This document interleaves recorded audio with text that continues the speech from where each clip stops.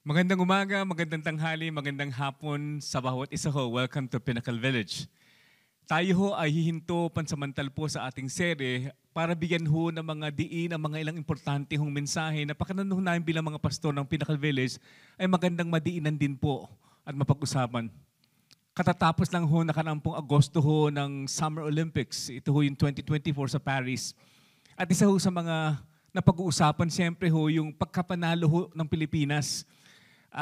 Second time na ho ito. Si Heidelin po ang una ho na nanalo po sa weightlifting po ng gold.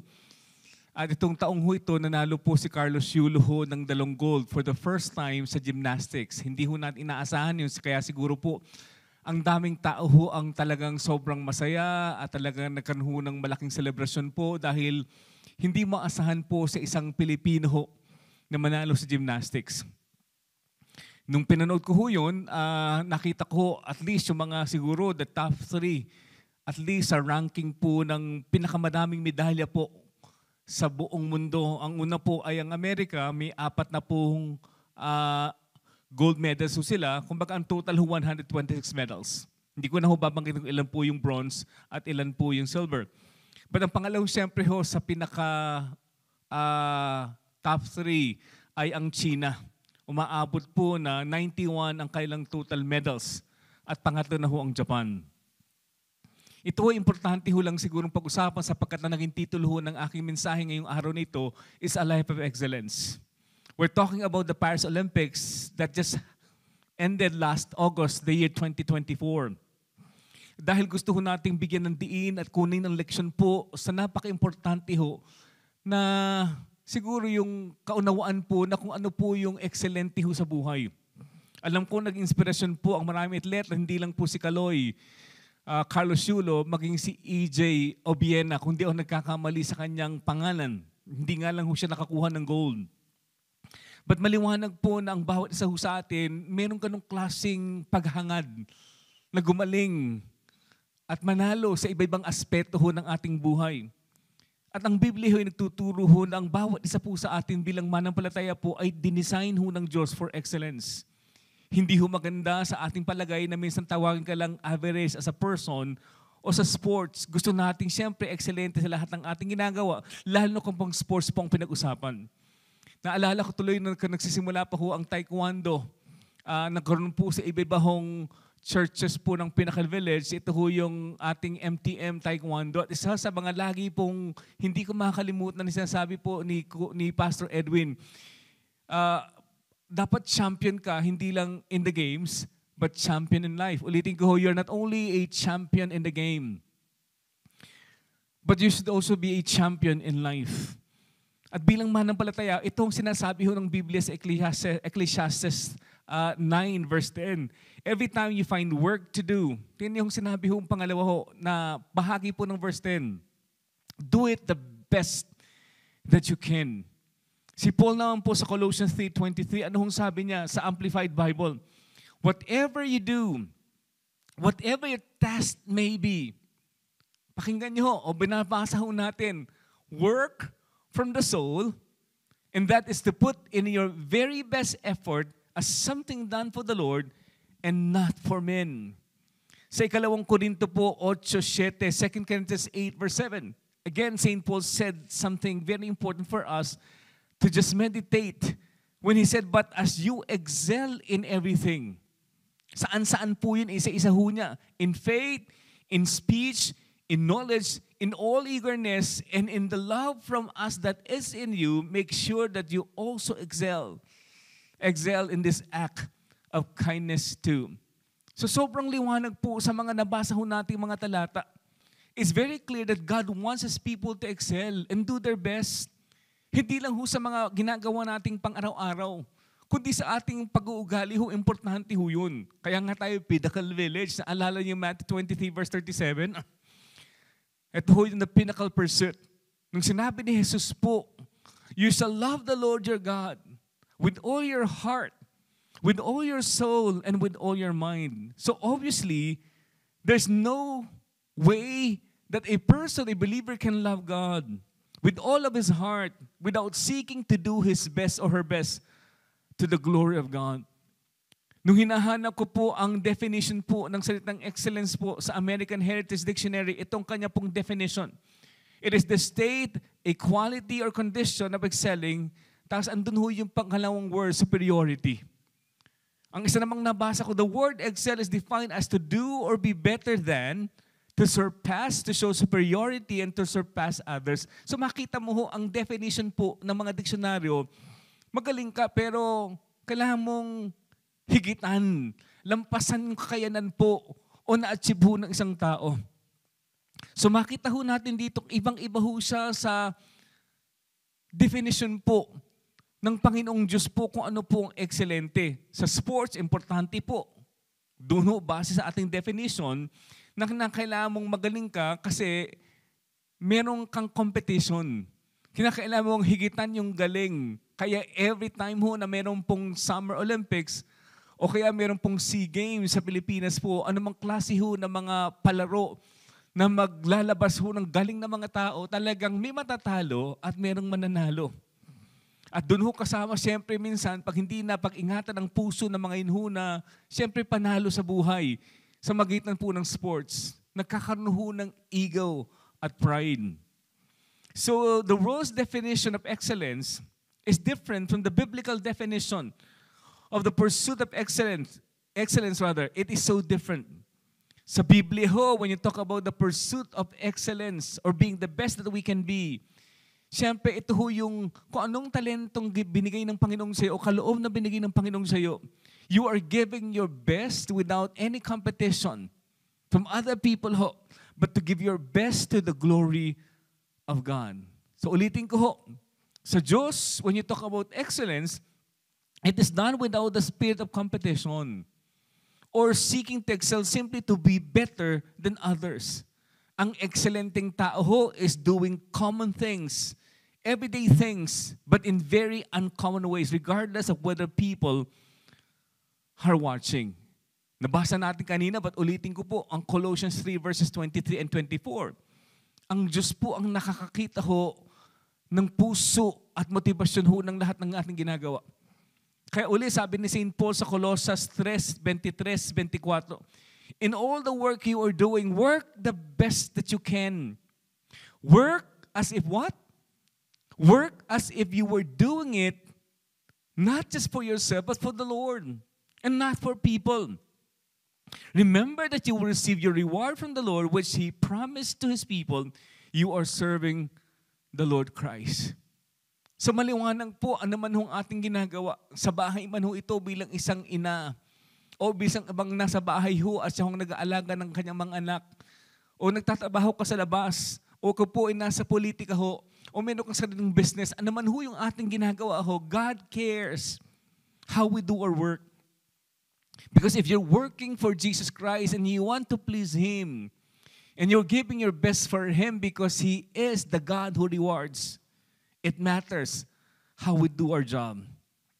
Kung tayo po ay nagsusumika po sa lahat ng ating ginagawa, kung tayo po ay gumagawa ng tama at hindi ho mali, kung baga ho, maingat po at pinagaganda ho lahat ng ating ginagawa, the quality of our work matters to God.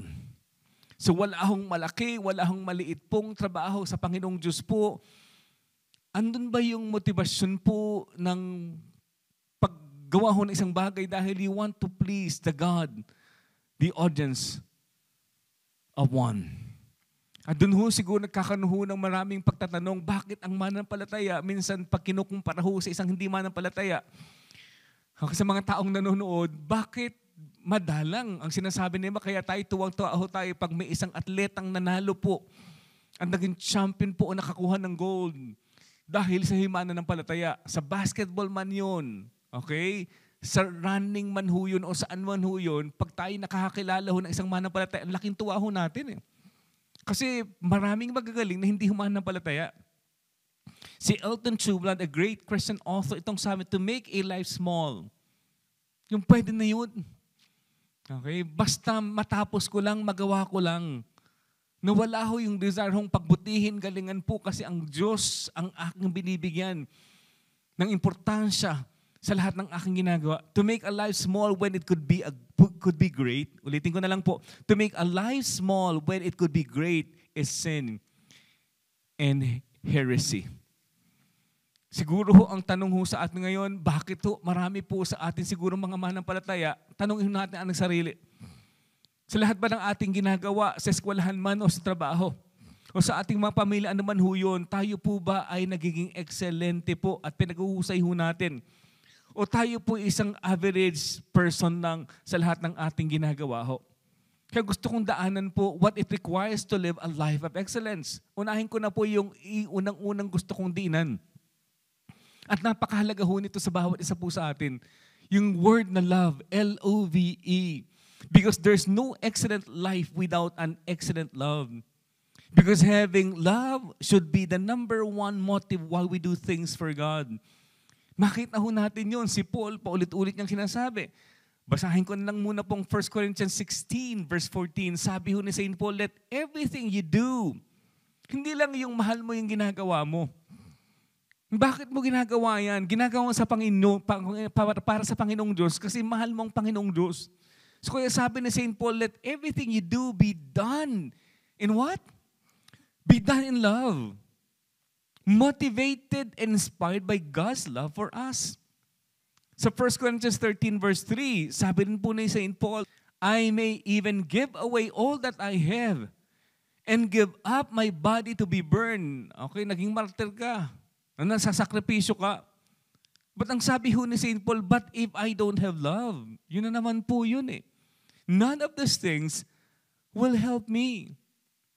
So napaka-importante ho, ng unang salitang love, ang isang dahilan po, kaya ho tayo nagpupursigong pagalingin po lahat ng ating ginagawa. I do not care what you're doing right now. But the most important thing is, you're doing something and you're turning what you're doing into an excellent expression of worship to our God. Napag-isipan niyo na ba ho yung word na career? Ito ho, napakinggan ko sa isang pastor that 2/3 of the word career is C-A-R-E, care.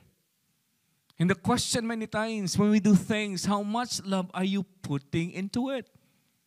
Mahal mo ba yung ginagawa mo? Si John Ruskin po, isang great Victorian thinker, sabi ho niya, when love and skill come together, hindi lang po skill, marami ho niyan eh.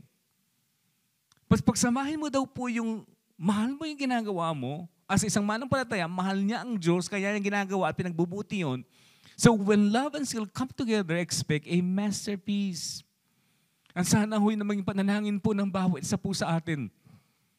Bilang mananampalataya, the Lord, in my workplace, I will be excellent. That I will use and express my gifts excellently. That I'll be doing it for you. And I want to do it in love. Siguro na alam niyo lagi po, alam niyo yung sa Revelation po, yung ilang churches ho doon, 7 churches. At isa ho doon siyempre ang church ng Ephesus na kung saan po, grabe, na-disappoint ho ang Panginoong Diyos. Kumbaga parang isipin mo, ang Diyos binisita ang PV Aklan. Ang Diyos binisita ang PV Pampanga o ang North o South o Australia sa Sydney po o ang Middle East o Europe o America o saan mahong dako na kung saan po may church. At ito ho yung sinabi ho ng Diyos, nagkaroon po siyang disappointment po sa church ng Ephesus. He was actually grieving. Panglabas, okay na okay sila, but sa loob po, nakakita ng Panginoong Diyos na hindi na sila okay. Maganda yung outward appearance. But nakita ng Panginoong Diyos yung pangkalooban po at doon po nakita niya na hindi okay. Yes, the church of Ephesus was a dynamic church. It was a dedicated church, determined church, a disciplined church, even a discerning church. In spite of all these positives, Jesus knew that something was seriously wrong with this church. At ito ho, mapapakinggan niyo ang sabi niya sa Revelation 2 verse 4, but I have this against you. But I have this against you, that you have left the what? But you have left the love that you had in the beginning. May pagkakaiba ho yung unang pag-ibig. Naalala siguro sa mga nanliligaw po. Di ba pag nanliligaw isang tao lahat, tinutodo yan, grabe kung gumastos, grabe alalayan yung kanyang nililigawan. Di ba? Kumbaga lahat ng bago. Naalala ko, nung nagsisimula ako mananampalataya, meron kaming Bible study po sa Pasig pag Friday. Galing pa ako sa bandang UP. Doon ako nanggagaling. Alam mo gaano ka-traffic ho yun. Papunta ho ng Pasig. But meron kaming Bible study ron. Naalala ko lang kasi pag pinag-usapan po yung first love. Ba't di ko naisip yung layo? Hindi ko naisip po yung gastos po, okay, ng pamasahe papuntang Pasig. Dahil may bagong excitement sa akin kasi bago ako mananampalataya eh. Naalala niyo siguro ho ng mga panahon na may dala ka pang Bible. Kaya ngayon ho, ating pong binibigyan po ng diin uli na sana ho, magkaroon tayo talaga ng physical na Bible na dinadala at muling nababasa at nag-highlight ho tayo. Nawala na ho yun. But yun ho ang ating comparison po ng first love. Nung dating sinasabi namin, pag may mga umaattend po ng Sunday, kadalasan umuupo po sa harap. Pero habang tumatagal, hindi ako nagpaparinig. But minsan, di ba, alam mo yung, basta maka-attend ka ng church, ba't andun ka sa likod o nasa labas ka? Darating ka na lang, patapos na ho yung service. Malapit na mag-closing prayer. But you know, your experience of your first love, kahit po sa ating mga asawa, sa lahat ng ating ginagawa, yung excitement, yung fire within, may kasiglahan po yun. But ngayon ho, taken for granted na ho ating ginagawa, business as usual, at wala na hong apoy, at nawala na ho yung passion sa ating ginagawa. Na nung una ho, ibang-iba. Alam mo, ang unang pag-ibig kasi, again, sabi ko kanina, very passionate, very fervent, very personal, hindi nahiya, may excitement.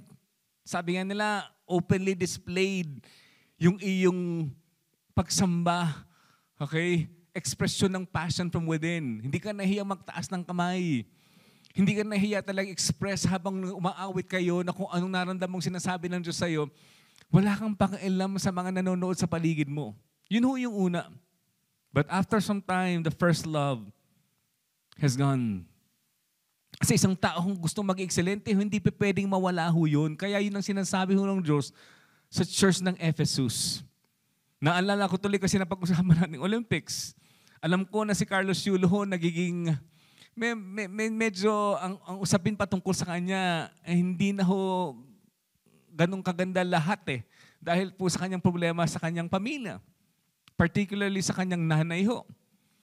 But itong taong ho ito, naalala ko lang nung nagsisimula po siya at ang kanyang pangarap po ay manalo po sa gymnastics. May isang beses po sa 2022 sa Artistic Gymnastics World Championship sa Liverpool. Hindi ho siya nanalo. But yung binabasang artikulo po sinasabi, he never lost heart in aiming for the gold. At nung magkaroon ng paghanda po sa Paris 2024 para sa qualification opportunity, ito pong taong to si Carlos Yulo ho, okay, instead na pumunta ho sa China, sa Asian Games, mas pinili po niya, okay, na mag-compete po dito po sa qualification opportunity sa Europe. Kakagulat ho kasi siyempre alam niyo naman ho yung lahat ng kanyang naging competition po sa Summer Olympics sa Paris. Hindi lahat naman ho nakakuha ho ng gold tong si Carlos Yulo. Dalawa lang ho yun. But naalala ko pong sinabi ho niya one time sa kanyang post sa 2022, it's all about standing up after that fall. Dinagdag pa ho niya, to give your all till the dismount, to not give up on what you love, to search for ways to improve and to not lose to yourself in everyday training. I mean, this is definitely not easy, but this is my lifestyle. I mean, nakikinig ho tayo, maaaring iba na ho ang ating pananaw patungkol sa kanya dahil na nga ho sa nangyayari sa kanyang pamilya. But bilang isang atleta ho, andun yung kanyang passion for excellence. Andun yung kanyang pag-ibig po sa kanyang ginagawa. Na sana hindi ho masira. Naging inspirasyon sa maraming bata na hopefully sa 2028 sa LA Summer Olympics na marami ho nating kababayan po ang siyang, dahil sa inspirasyon po ng mga nakaraan pong atleta ho, hindi lang naman sa Carlos Yulo eh. Sa boxing, nakakuha tayo ng bronze. But magkaroon ho ng inspirasyon po na manalo ho, magaling. Although binabalansi ho natin siyempre, sabi ko nga kanina, hindi lang dapat champion in the game, but champion in life. Narinig ko pong isang tao nagsabi, passion is the difference between enthusiastic action and simply going through the motions. Because if you have passion for something, you just love doing it. Isa pang napakinggan ko nga, sabi nga nila, ang passion ang nakatutulong. Pag isang bagay parang imposible, because of your passion and love for what you are doing, the impossible becomes possible. Si John de La Fontaine, I don't know how I pronounce it right. Okay, sa French, alam ko, hindi Jean yun eh. Ibang pagkakapronounce. But eto ho, basahin ho natin, sabi ho niya, man is so made that whenever anything fires his soul, impossibilities vanish. At sana hindi nawawala ho yung ganong klaseng fire and passion in our hearts. Kasi pag nawala ho yun, you will find your life boring, dull. It becomes a routine. It becomes monotonous ho. Kasi nawala na ho yung passion to be able to do something for God and to live for God. At yun ho ang gusto ho ng Panginoon sa kanya. Sinabi nga ng John 10. Naalala ho yun sa English, my purpose to give life in all its fullness. Sa Tagalog ho, basahin ko ang salita ng Diyos. Ako ay narito upang sila ay magkaroon ng buhay at magkaroon nito na may lubos na kasaganaan. At maraming tao dumadaan po ang bawat araw, bawat buwan, bawat taon. Nawala akong passion for something. Yung nagigising ka ng umaga at meron ka pang excitement. Yung pagkatapos ho ng yung weekends, ng Sabado po at Linggo, yung Monday ang pinakamahirap. Yung sarap mong matulog, hindi mo na lang tumayo ka agad ng maaga kasi, alam mo yun, nagpapahinga ka, pero pagdating ng Monday, but may excitement ka pa rin. Yan ho ang tao ho, I believe, will excel in life. Because it begins here. Mahal mo yung ginagawa mo, but sa isang mananampalataya, ginagawa ko ito kasi mahal ko ang Panginoong Diyos. He rewards everything that I do. Siya yung audience of one. I'm not a people pleaser, but I only please God who sees everything because God sees the heart. But ito yung pangalawa. Kung una pong salita ho, requirement to live a life of excellence is the word love. Anong pangalawa? The word discipline. Ito ho, napaka-importante if we want to excel and win in life. Again, nakapanood ho tayo siguro ng Olympics. At alam ho natin sino mang sasali ho dyan. Kahit po sa SEA Games, importante ho yung nagpa-practice ka siyempre in preparation, hindi yung ilang araw bago ho yung mismong actual game. Siyempre, andun ho yung, alam mo yun, yung binibigay mo ng todo-todo, nagsusumikap ka, pinagpapaguran mo ho. At importante yung disiplina. Ang iba, magaling po, may motivation po sa una, excitement. Pero what will make us continue on, okay, pag medyo humihirap na lahat ng ginagawa natin, importante ho yung disiplina. At si St. Paul, nabanggit ho yan sa 1 Corinthians 9:24-27. Sabi niya sa English, do you not know that in a race all the runners run, but only one gets the prize? Everyone who competes in the game goes into what? Andun ho, maliwanag po, sabi, into strict training. They do it to get a crown that will not last. But tayong mga mananampalataya, we do it to get a crown that will last forever. Therefore, I do not run like a man running aimlessly. I do not fight like a man beating the air. No. Ito ho yun. I beat my body and make it my slave so that after I have preached to others, I myself will not be disqualified for the prize. So kitang-kita ho natin po dun sa verses 24-27. Yung importansya ho ng disiplina ho. And again, sa nakaraan pong Olympics, lumalabas na naman ho pag kulang ka sa disiplina. Nagkakaroon ho ng mga issue patungkol po sa paggamit po ng mga pinagbabawal na gamot. Okay, kaya naging issue pa nga ho ng ibang mga taga-West, yung pagpanalo po sa swimming po ng mga Chinese. Kasi sinasabi nila, okay, na merong anti-doping violations ang Chinese players bago ho yung Olympics. Naalala ko din po isang Indian wrestler, si Vinesh Phogat. Hindi ko lang kung tama ho aking pagkakapronounce. Na na-disqualify po siya dito po sa 2024 Paris Olympics.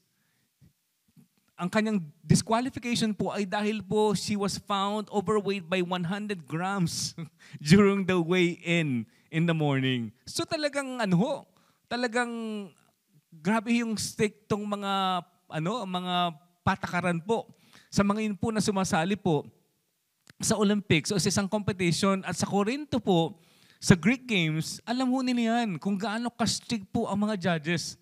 Any infringement o paglabag po ng mga rules disqualifies the athlete. Siguro ito matagal-tagal na ho ito, but gusto kong ibalik sa inyo ang kwento po ni Lance Armstrong. Dahil po ito po ay kilala, the most decorated champion and considered one of the America's greatest athletes.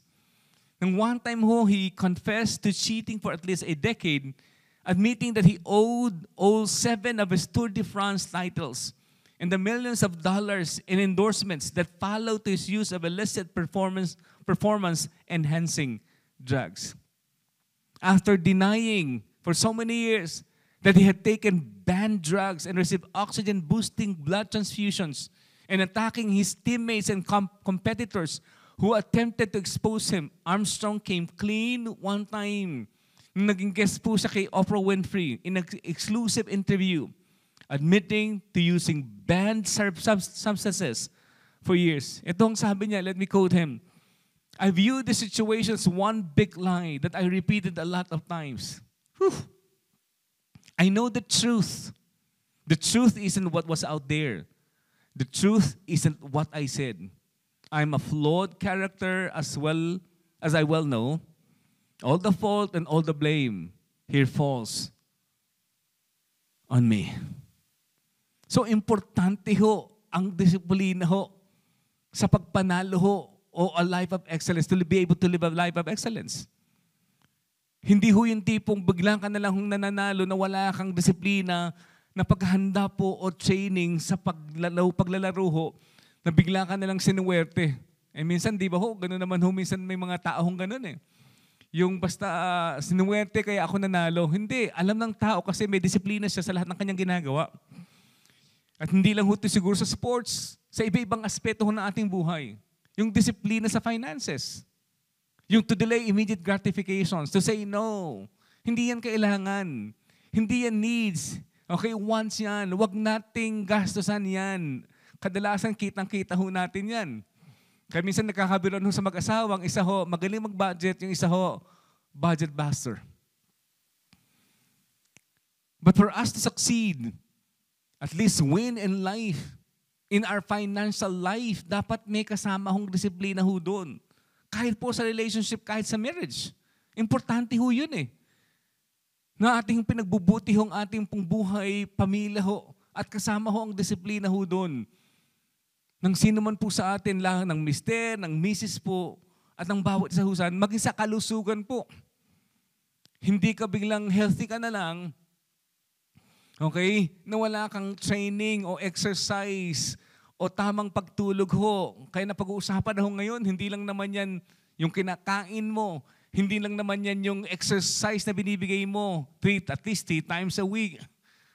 But importante na rin yung tulog dito. Napag-uusapan na ho yung REM, rapid eye movement. Napag-uusapan na yung deep sleep. At nakikita mo talaga na kulang. Disiplina ho yun eh. Na instead na, alam mo yun, tumingin pa ako sa telepono ko at 1 oras ang aking nag-google ho, okay? I'm spending much of my time scrolling and reading posts sa Facebook o Instagram ho o social media account ho ng ibang tao ho. Upos yung oras mo. Yung disiplinang matulog ka. Okay? Para at least pwedeng mag-recover yung katawan mo at kahit na 6, 7, 8 oras ho natulog, importante yung disiplina ho doon. At yan ho ang isang bagay ho na kinakailangan po to be able to achieve excellence in life. Hindi nakukuha yan po ng half-hearted effort. Kaya si Leonardo da Vinci po, naalala niyo ho ito. Siya ho yung for 10 years working on his masterpiece, The Last Supper. Anong sikreto ng mama? He was so often so absorbed in his work that he forgot to eat for days at a time. Kaya sinasabi nga nila, ang mga tao ekselente sa buhay are simply ordinary people who are more than willing to give the extra mile to be able to achieve their goals in life. But ano yung pangatlo? Kung nauna natin sinabi what it requires for a person to be able to live a life of excellence, love, what you do, your motivation to please God, the audience of one. Second is yung disiplina. At meron ba ho tayo nun? Walang nagiging tanyag, magaling sa isang bagay at sa ibang aspeto ng ating buhay nang hindi kasama po ang disiplina. That includes delaying immediate gratification, saying no, hindi importante ito. Mag-aaral muna ako, hindi ako maglalakwatsa. Hindi mo naman manonood ng sine kasi may exam ako kinabukasan. Yung mga tipong ganun ho. But pangatlong importante po is direction. May isang best po si Winston Churchill tinanong ho, itong tanong na ito. Kasi sabi niya, nung nagtatanong ho, napakaraming tao ho, nakaedad ho niya who failed in business and even in professional life. Ang tanong ho nung mamang yun, ano kayang dahilan? Tinatanong po si Winston Churchill. Alam niyo yung sagot po ni Winston Churchill, because they had no clear-cut goals. At minsan po yun pong story ng napakarami sa atin. Pag tinanong ka, ano bang pangarap mo? 5 years from now, what do you want to be? Where do you find yourself? Okay, after 5 years or 10 years? Wala ho eh. Okay? Lito, hindi niya alam kung anong gusto niya. At yun hong story ng maraming tao ho. Busy, ang daming ginagawa, but hindi naman talaga siya productive. Na nakikita mo lahat ng ginagawa niya, hindi naman po, alam mo yun, papunta sa isang direksyon dahil meron siyang pangarapin sa buhay. Hindi focus yung kanyang buhay sa kung anong kanyang pangarapin, kaya hindi niya alam kung ano yung urgent, kung anong importante sa buhay. Ito na naman po. Okay? John Monet. Itong kanyang sinabi one time, living small does not serve the world. At tayong mananampalataya, yun ang akusasyon ho sa atin, mga Christian. Okay? Ilan ba sa kanila nagsasaksid sa buhay? Ilan sa kanila excelente ho? Pinagmamasdan ho ang ating pamumuhay. Sabi ho, living small does not serve the world. There is nothing enlightened about shrinking so that other people won't feel insecure around you. We are all meant to what? Shine. Light of the world. Salt of the earth. At tayong manampalataya, ganda lang ho yung binabasa ko yan. We are all meant to shine. Not just in some of us, but all of us.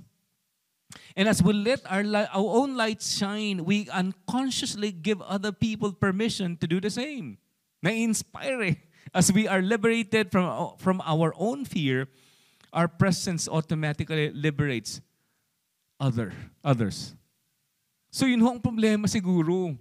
Kaya pag pinanonood mo yung buhay ng bawat tao, bakit hindi excelente? Kasi passive. Just waiting for something to happen kasi baka naman swertehin ako eh. Okay? Kung ang kanyang pangunawa sa buhay, ang mga yun na nagsasaksi dahil swerte lang talaga sila. Hindi dahil sa mga pinagpaguran. Nagsimula sa isang pangarapin, unti-unti niyang ginagawa pong magkaroon ng katuparan ang kanyang mga pangarapin. Alam niyo ba ang Proverbs 29 verse 18? Itong sabi at napakaliwanag po, where there is no vision, the people perish. Where there is no vision, the people perish. Anong punto ho nun? Nothing begins happening in our life until we begin or we start dreaming. Anong pangarap ho natin? Because once we stop dreaming, we start dying. No goals, no growth. At anong ating mga pangarapin po? Ito, ginagawa naman kadalasan natin to pagdating hong January. But minsan nahihinto ho at sana ho ang tanong sa atin, anong pangarapin natin? Ang iba maliit, ang iba malalaki ang mga pangarapin. At doon ko naalala naman ho, again, kahit na ho ang dami pong bira kay Carlos Yulo, but at least at an athlete ho, meron kang pwedeng matutunan sa kanya eh. Sabi nila at age 7, itong mamang to, itong batang to, at age 7, nagsimula ang kanyang pangarap na manalo sa palarong pambansa in 2009 sa Tacloban. And the rest is history. He was a young boy who had a dream. Nagkaroon ng direksyon ng kanyang buhay ho. Kaya ho, alam niyo na ho the rest of the story of his life. Di ba, nag-training po sa Japan yan eh. At naranasan niya ho yung stricto at disiplinadong training po sa Japan. But ano ho yung pang-apat? The word commitment. At nung hinanap ko po ang definition po ng word na commitment, ito ang kanyang definition. It's an engagement or pledge to do something, an unreserved devotion, bound to stand fast or hold in place. Siguro ho, maalala niyo ho yung mga tao ho na, alam niyo, takot ho sa commitment. Kaya nga daw ho, isang nabasa ko, marami sa mga younger generation ngayon, andun ho yung takot ho sa commitment. Nobody wants to be committed to anything anymore. We live in a society that fears commitment. Si Robert Bella in 1985, a sociologist professor from USC in his book Habits of the Heart. Anong sabi niya? Ito, judgment sa aming mga nasa Amerika. But matagal na ho yun. Sabi pa niya, basically, he had discovered Americans are committed to nothing. What they are committed to is individual freedom and options. The problem is it's kind of like on a buffet, and you keep saying, I'll wait, keep my options open to choose. You can get to the end of the line and not have anything on your plate. At kita mo yun maging sa church. Pag meron kang imbitasyon po to make a commitment, again, hindi ho ito pagpaparinig, kundi yung design ng puso ho na talagang sana, na meron hong ganong klaseng commitment ang bawat isa po sa atin. Kahit sa pamilya, kahit sa ating pong marriage, lalo sa mga panahon na kung saan ang sinasabi na at least 50% na maraming marriages po will end in divorce. Bagamat sa mga yun po who are practicing Christians, nabanggit ko one time to sa aking turo ho, sabi niya it's even less. Yung mga committed po sa church, yung may mga huddles po sila, yung meron po silang meditation of the Bible, importante ho yun. Kayong word na commitment po, importante for us to succeed and to excel in life. Naalala ko po 2 Chronicles 15 verse 17. Kilala niyo yung pangalan pong si Asa. Okay? Sabi po ng 2 Corinthians 15 verse 17, Asa's heart was what? Partially committed? Hindi ho. Ang sekreto ho ng mamang to, Asa's heart was fully or wholly committed to the Lord all his life. Yan po magandang statement ho that defines an excellent life. Because this man, what made his life excellent is because he was committed to the Lord all his life. It must involve our whole life, that all that we are. There's a reason perhaps that people who are afraid of commitment will jump from one relationship to another, from one group or friendship to another, from one church to another church. Pag may hindi na ho siya gusto, ang dami niyang nasasabi ho. Okay, lilipat na naman na ibang church. May problema uli yung church na kanilipatan ho. At lilipat na naman ho ibang church. Nakalimutan niyang tanong, baka naman hindi yung church ang may problema, baka naman ako, sarili kong may problema. People would jump from one job to another, from one spouse to another, never developing any depth because of the fear of commitment. At yun ho, ang maraming tao are able to basically missed out on God's best for their lives because they're simply drifting through life. Wala ho yung desisyon po na ibigay ho yung buong sarili po sa isang bagay ho na gusto niyang mag-commit sa anumang bahagi ng kanyang desisyon po sa buhay. At ho, magandang paalala po sa atin. If we want to succeed in life, important for us to make a commitment. Pag nahihirapan ka na, kaya nga kasama dun po yung disiplina eh. Pag hindi minsan maayos ang relasyon mo sa ibang tao, di ba? What will make you stay and not leave? Okay? And fix the problem. And work through the problem. In your marriage, in your friendship, in the workplace, Importante yung the commitment that we have made. Si George Barna suggests that many Americans may have fallen in love with faith pag napag-usapan na yung buhay pananampalataya rather than the object of their faith. Itong sabi niya isang beses na napakinggan ko. It's much less demanding to be devoted to the idea of faith than to invest yourself in a true relationship with the living God. The data raised the question of just what people have become infatuated with. Ganda nila, maganda ng church, ang ganda ng kanilang service. Kumbaga, ang mga panglabas na mga bagay-bagay na nakikita that will make them commit into something, but hindi wholeheartedly. Hindi 100%. Kasi pag dumaan na sa isang testing yung lahat ng ating commitments, tanong, magpapatuloy ka ba? Kasi sabi, the data raised the question of just what people have become infatuated with, the idea of being a person of faith, or the reality of having an intimate, growing relationship with Jesus Christ. Friends, commitment is so important to a life of excellence because our commitments are what shapes our world around us. It doesn't take a great people to do great things in this world. I heard somebody said, it only takes committed people. At hindi ito half-hearted commitment.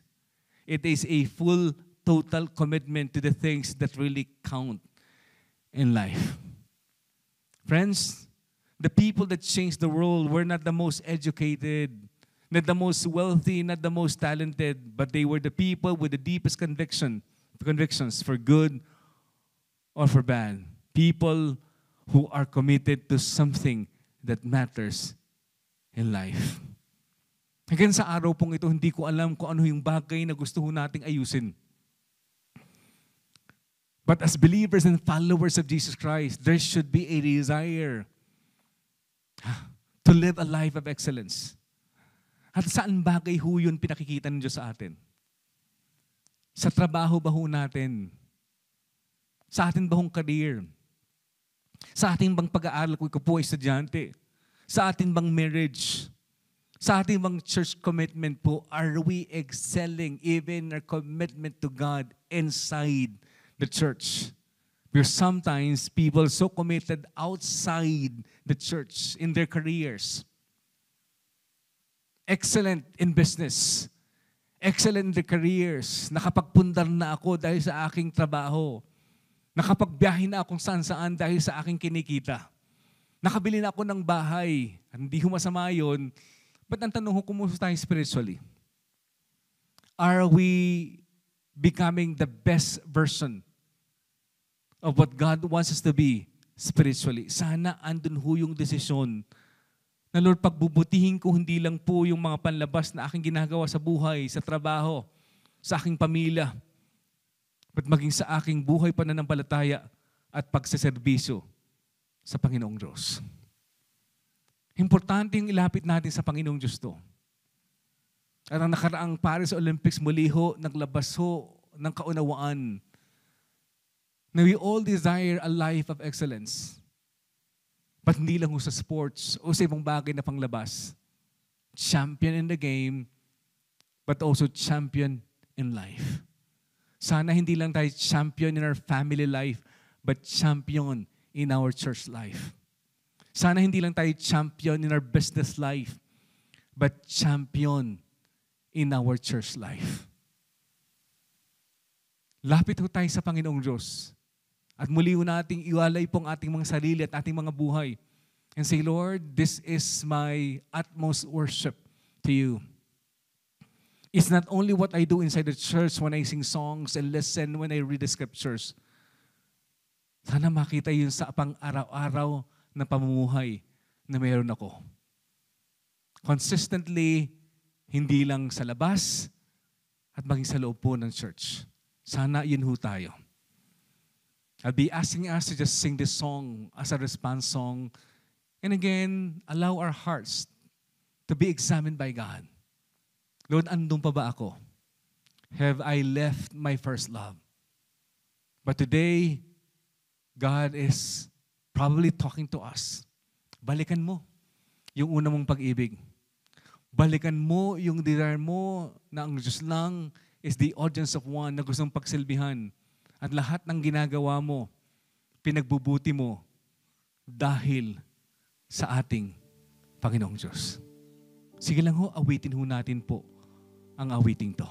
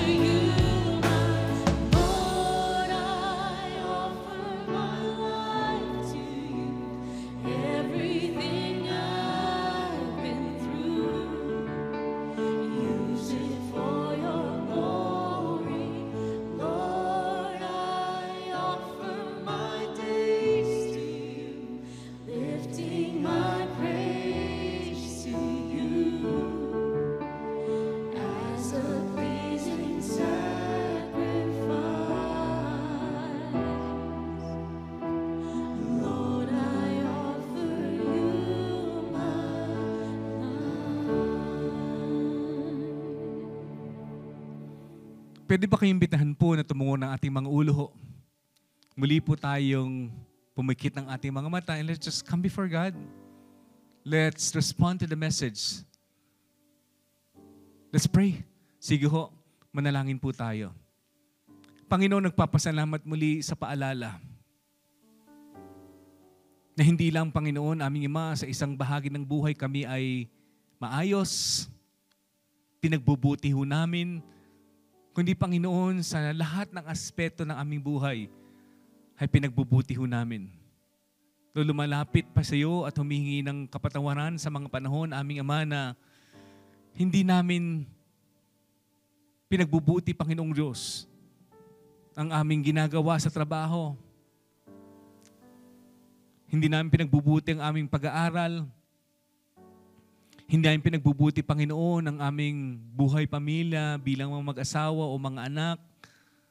At lalong-lalo ng Panginoong Diyos yung pagbubuti o pagpapagaling o pagpapaayos, Panginoong Diyos, ng aming buhay sa loob ng church. Lord, we have been tempted to be rich out there in our careers, in our businesses, that we forget to be rich and excellent, O God, inside the church, in committing our lives to serve you inside the church, through a ministry, through the Sunday commitments and the huddles, O God. But Lord, you are the God who knows my heart. And today I come and I ask, Lord God, to give me one more chance to make this commitment as an offering to you, my God, my Lord, my Savior. As I give you my life, as I give you my career, as I give you, Lord God, my family. Panginoon, ang lahat ng ito ay pinagsasama-sama, Panginoon, ng lahat ng mga taong nakakita at nakakapanood ng buhay ko, O Diyos, will be attracted to a God of excellence. Not just to my life I lived, or I live, but the God I serve, the audience of one. Lord, salamat po sa opportunity, O Diyos, to shine as believers and followers of the way. Salamat, Panginoon, sa oportunidad na ito. Muli, binibigay ang bawat isa, ang panalangin, Panginoon, ng lahat ng naandito at nakikinig at nanonood. Ang sinumang may sakit, ikaw patuloy na humipo at magpagaling, Panginoong Diyos. Sa mga panalangin na babanggit, humihingi, Panginoon, ng kasagutan o kasagutan, Panginoon, ikaw po ang siyang nakaririnig. You're the God who hears and able to answer in your own perfect timing the prayers that we have uttered in the past and even today, Father. We've been lifted to you, the church we are committed to. Ang pagsuporta, Panginoon, financially, ikaw po ang siyang nagpapaalala, Panginoon, ng pagpapalang binigay mo sa amin. At binibigay ko ang aking bahagi bilang tulong, Panginoon, na pagsamba sa church na kung saan ako nag-commit, Panginoong Diyos, aming Ama. Salamat po muli, Panginoong Diyos. Minamahal ka namin. Sinasamba ka po namin, Panginoong Diyos. Ito po ang aming samot dalangin sa pangalan po ni Jesus. Amen at amen.